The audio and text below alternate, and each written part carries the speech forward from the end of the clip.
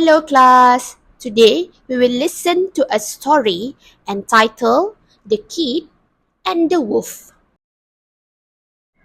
A frisky young kid had been left by the herdsman on the thatched roof of a sheep shelter to keep him out of harm's way. The kid was browsing near the edge of the roof when he spied a wolf and began to jeer at him, making faces and abusing him to his heart's content. "Hey kid, I can hear you," said the wolf, "and I haven't the least grudge against you for what you say or do.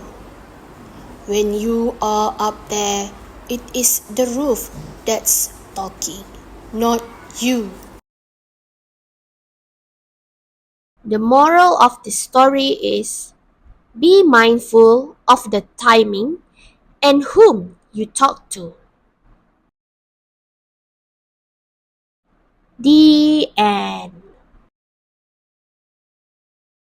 Let's have a look at the glossary section, the new vocabulary that you have found in this story. So the first word is frisky. Frisky. It is an adjective meaning lincah ataupun aktif. Number 2, herdsman. Herdsman.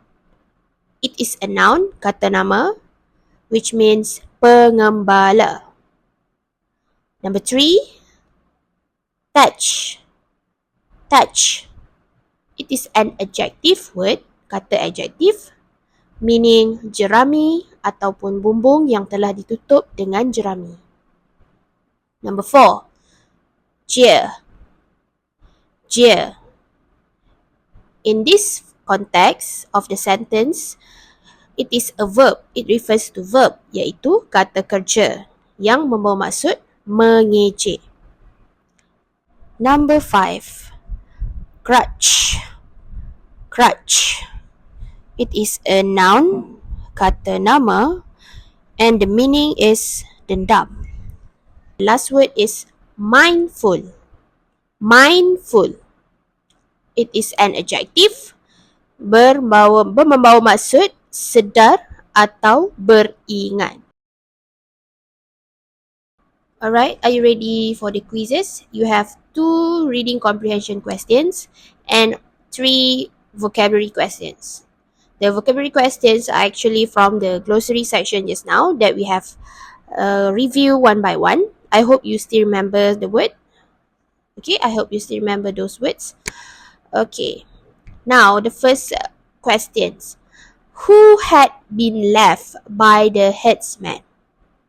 Who had been left by the herdsman? Siapakah yang telah ditinggalkan oleh pengembala tersebut? Number 2, where did the kid was browsing? Where did the kid was browsing?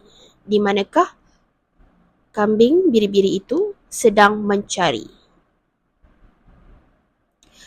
And then fill in the missing letters. You have 3 words. Okay, 1 question, 2 marks. Okay. Number 3, you have the word starts with G. Number 4, you have the word start with H. And number 5, you have the word starts with M. Fill in the missing letters. Masukkan huruf-huruf yang sepatutnya. That's all for the quizzes. Thank you for watching.